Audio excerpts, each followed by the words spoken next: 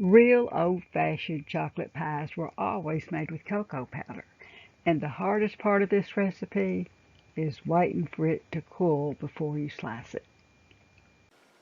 Welcome to Homemade Cooking in Texas. I'm Carolyn Gibson from Dogwood Gardens, where homemade cooking is surprisingly easy, healthier for you and your family, saves money, and tastes great.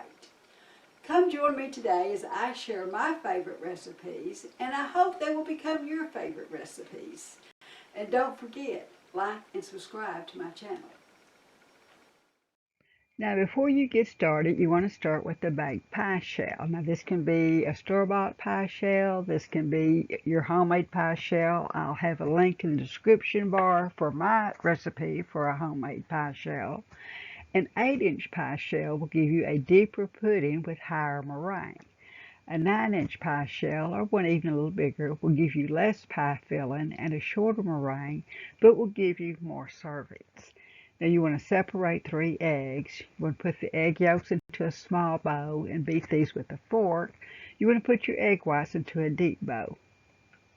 Okay, when I was growing up, chocolate pies were always made with cocoa powder. No one ever heard of using chocolate chips. And it was a simple staple. You had most of things in your pantry, so let me show you how easy this is to make. So we're starting off. I've got 3 tablespoons of cocoa powder and 3 tablespoons of flour. And of course, we always use an iron skillet. Of course, if you don't have an iron skillet, you can use a saucepan. And 1 cup of sugar. Now, if you don't like this much sugar, you can always use a little less, but we grew up with our chocolate pie being really sweet. Then I'm just going to kind of mix these together, get this turned up. And something you really have to do when you're working with flour and cocoa is that you make a paste out of it before you add your milk. Otherwise, you're going to have cocoa powder and flour floating on the top of your pudding. And I've got a can of evaporated milk. I'm just going to kind of add this a little at a time because I'm making a paste. Now, once you've got all of your dry ingredients, the flour and sugar and everything are pretty well mixed in there, then you can go ahead and add the rest of your milk.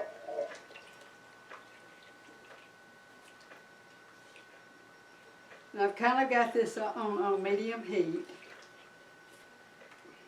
Once you see this is kind of heating up a little bit and it kind of looks like it's cooking, then you want to get ready to start adding your eggs. Now I've got 3 egg yolks here, but I don't want to just throw them in there because I'll then have scrambled eggs.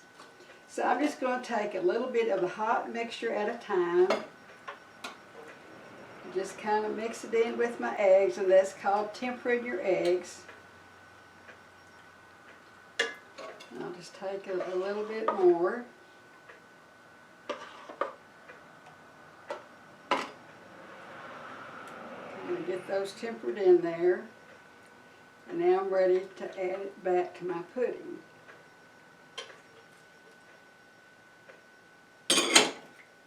At this point, you know, you could probably switch over to a wire whisk if you wanted to. Now really this is the basis of any pudding. I could have left out the cocoa powder.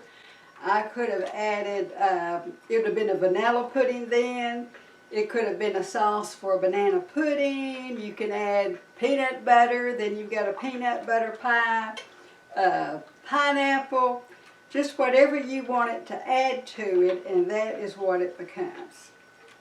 Okay, I want to keep stirring this because I don't want it sticking to the bottom. I might even need to turn it down just a little bit. But I'm going to keep this going until it gets nice and thick. A lot of people nowadays use instant pudding, but nothing takes the place of making your own chocolate pie filling because you really can taste a difference. And there's really no reason to buy the pudding mixes that you cook because it's just sugar and flour, a little salt. I mean, there's just no reason to buy those little packages. Okay, now it's starting to bubble up, so I know I'm getting close, but I sure want to keep on stirring. I don't want this sticking and clumping up. See how it's really getting thick and it's bubbling. So now I am ready to take it off the heat. Of course, if you had a gas stove, you could just turn the heater off. Now I'm going to add about a teaspoon of vanilla.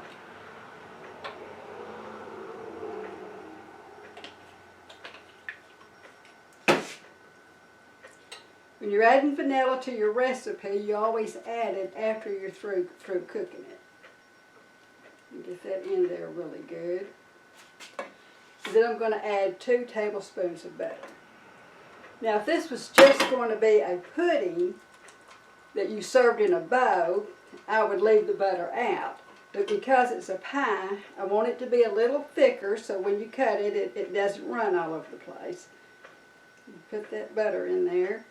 Get it all mixed in good. Okay, and now I'm ready to put it into my pie crust. Okay, now I have it ready to go in my pre-made pie crust that I made it and I've already baked. Now you can certainly use a store-bought pie crust. It's just that when you're doing a custard pie, you want to bake your pie shell first. Okay, I'm going to just kind of make sure it's even. Kind of give it a little bounce there. And now I'm ready to make my meringue. Okay, now I'm ready to make my meringue. I've preheated my oven to 400 degrees. I have 3 egg whites I've let set at room temperature. I've got real vanilla extract in it and cream of tartar. So I'm going to start the beaters out on low, and then I'll turn the beater up till it starts forming peaks and start adding my sugar. Okay, now you can see you got your soft peaks, and I'm going to add my sugar 1 tablespoon at a time and beat it in. Now I grew up, we always used granulated sugar, but my daughter-in-law taught me to use powdered sugar, and I think that does make a better meringue using powdered sugar.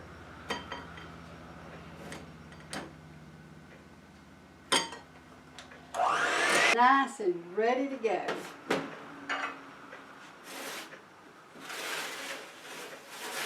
And if you've ever had trouble with your meringue separating from your pie crust, put the meringue on the edges first. I've always heard that it'll separate if all the edges aren't completely covered. So I like to always start on the edge first and make sure my edges are completely sealed. Now I'll just start filling in the middle.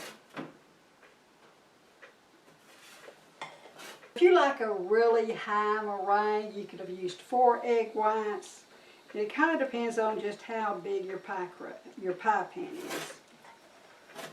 Bake this for 7 to 10 minutes. I'm just going to have to keep an eye on it to see when it's golden. Now you've got to let this completely cool before slicing, and it tastes great. Thank you so much for joining me today at Homemade Cooking in Texas. These are my favorite recipes, and I hope they will become yours. Now, if you enjoy these recipes, please like and subscribe so you can see more of these type recipes. We have been making a full-time living here on our organic farm since 1991. We need your support to continue our small family farm by liking and subscribing to our channel. Thank you so much.